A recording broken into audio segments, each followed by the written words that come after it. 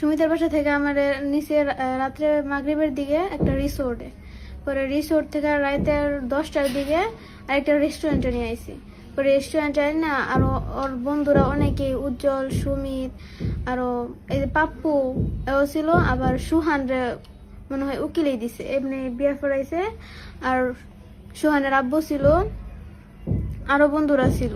কাজী পাইলো কোথায় তারা? ছেলের জেঠা ছিল, বাচ্চু ছিল। আর কাজী বলতে পারি না, কোনো হুজুর কিছুই না, মানে ছেলেটা কাজী নাকি আমার সন্দেহ আছে। ওরাই বিয়া পড়াইছে, কবুল টবুল করেছে। কিন্তু তারা তোমার ভয় দেখে জোর করা করাইছে হ্যাঁ, যে যদি কবুল না করছ তাহলে এরকম মেরে ফেলবো, এরকম কিছু হুমকি দিছে? হ্যাঁ, হুমকি দিছে। আচ্ছা, তোমার নাম কি? ফারিহা। তোমার বাবার নাম? হাদিউল ইসলাম। তোমার এলাকা? গ্রাম ময়মনসিংহ, গফরগাঁও, মশাখালী, গ্রাম বীরখারুয়া। মানে তোমরা বর্তমানে যেখানে থাকো? বর্তমানে মাওনা চৌরাস্তা, শ্রীপুর ফায়ার সার্ভিসের সামনে। আচ্ছা, তো আমরা তোমার একটা সাক্ষাৎকার দেখলাম বর্তমানে মিডিয়াতে, ঠিক আছে? তো এটা কি আসলে তোমার সাক্ষাৎকার?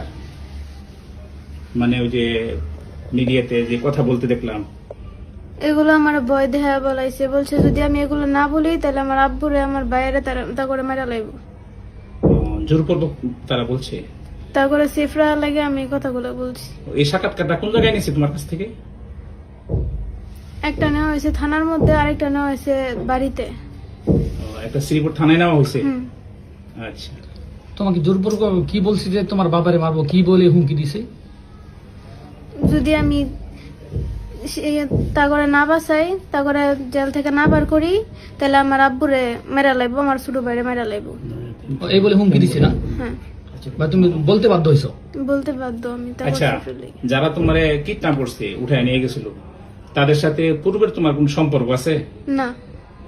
ও, তারা কি ইতিপূর্বে তোমার উত্তক্ত করতো, বিরক্ত করতো, ডিস্টার্ব করতো?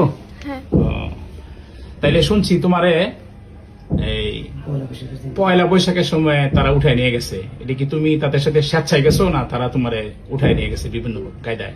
তারা আমার উঠায় নিয়ে গেছে, চুরি ধরে নিয়ে গেছে। যদি আমি না বলি তখনই আমার মেরা লাইব। আমি ভয়ে তাদের সাথে গেছি। আচ্ছা, রিস্কাওয়ালা যাতে না চাইলেও রিস্কাওয়ালারও ভয় দেখাইছে, যদি তারা নিয়ে না যায় তাহলে রিস্কাওয়ালাও মেরা লাইব। রিস্কাওয়ালারে বই দেখেছি। এটা কারা কারা নিছে তোমারে? আবিদ, সুমিত, উজ্জ্বল। তখন তাদের কাছে অস্ত্র ছিল? অস্ত্র ছিল।